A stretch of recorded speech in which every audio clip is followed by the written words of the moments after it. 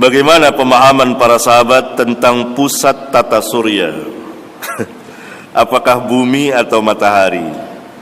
Apakah sesuai dengan ilmu modern yang membuktikan bahwa pusat tata surya adalah matahari dan bumi mengelilingi matahari? Saya akan jawab bahwa nggak ada sangkut pautnya dengan manhaj para sahabat sains. Para sahabat nggak tahu komputer karena belum ada pada zaman mereka. Kalau itu ada pada zaman mereka, mereka tahu. Ini juga tidak tahu. Sains modern berkembang, berjalan sesuai dengan tingkat berpikir manusia. Jadi tidak ada sangkut pautnya dengan manhaj para sahabat. Para sahabat hidup di waktu ilmu pengetahuan sains belum setinggi sekarang.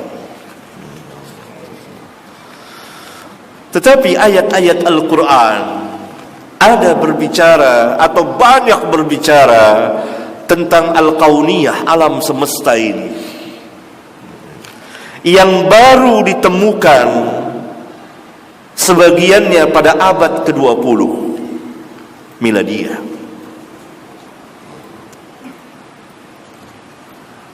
Abad ke-20 Miladiyah.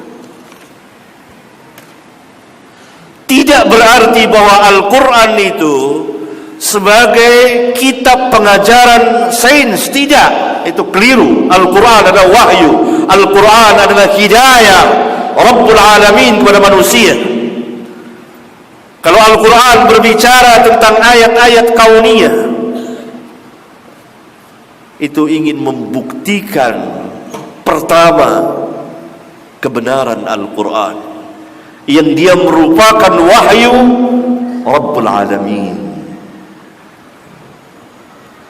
Al-Quran berbicara pada 15 abad yang lalu.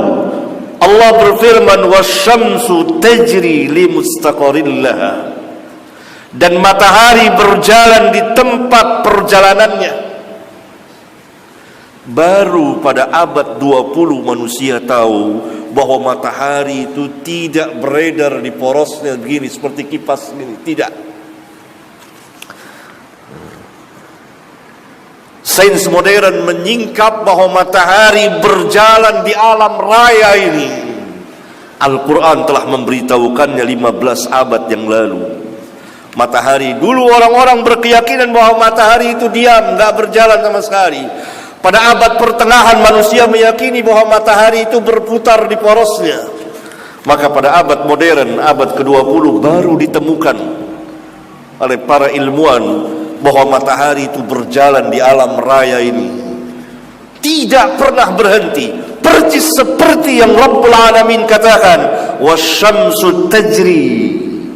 Tajri, kalimat tajri al-intiqal min makanin ilal makan, berpindah dari satu tempat ke tempat yang lain, tidak tetap berada di tempat itu, dia berjalan terus.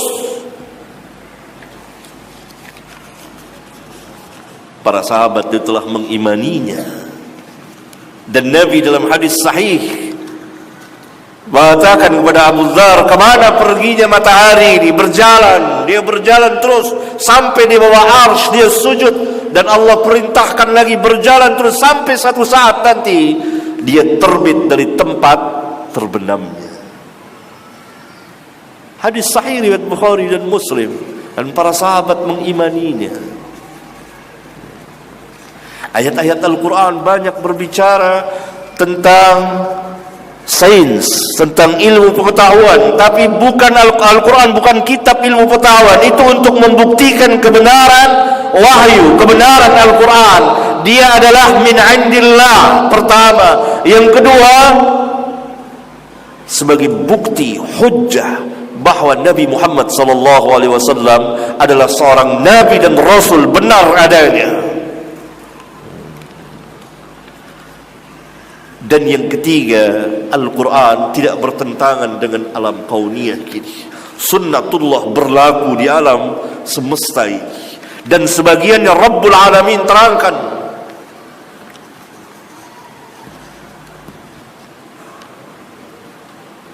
Dan banyak yang seperti itu.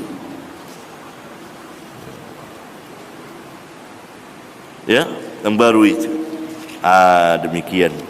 Adapun sains modern, banyak terjadi perselisihan di antara mereka. Penanya sudah baca tidak perselisihan mereka? Jangan jadi taklid buta. Kalau berbicara tentang sains modern, banyak pendapatnya. Ada yang bilang begini, ada yang bilang begini, ada yang bilang di satu kitab bilang begini. Sebagian kitab mengatakan bahwa bumi mengitari matahari. Kemudian ilmuwan Prancis mengarang bahwa bumi tidak mengitari matahari. Dari mereka juga. Penanya udah baca belum tuh? Coba baca dulu deh.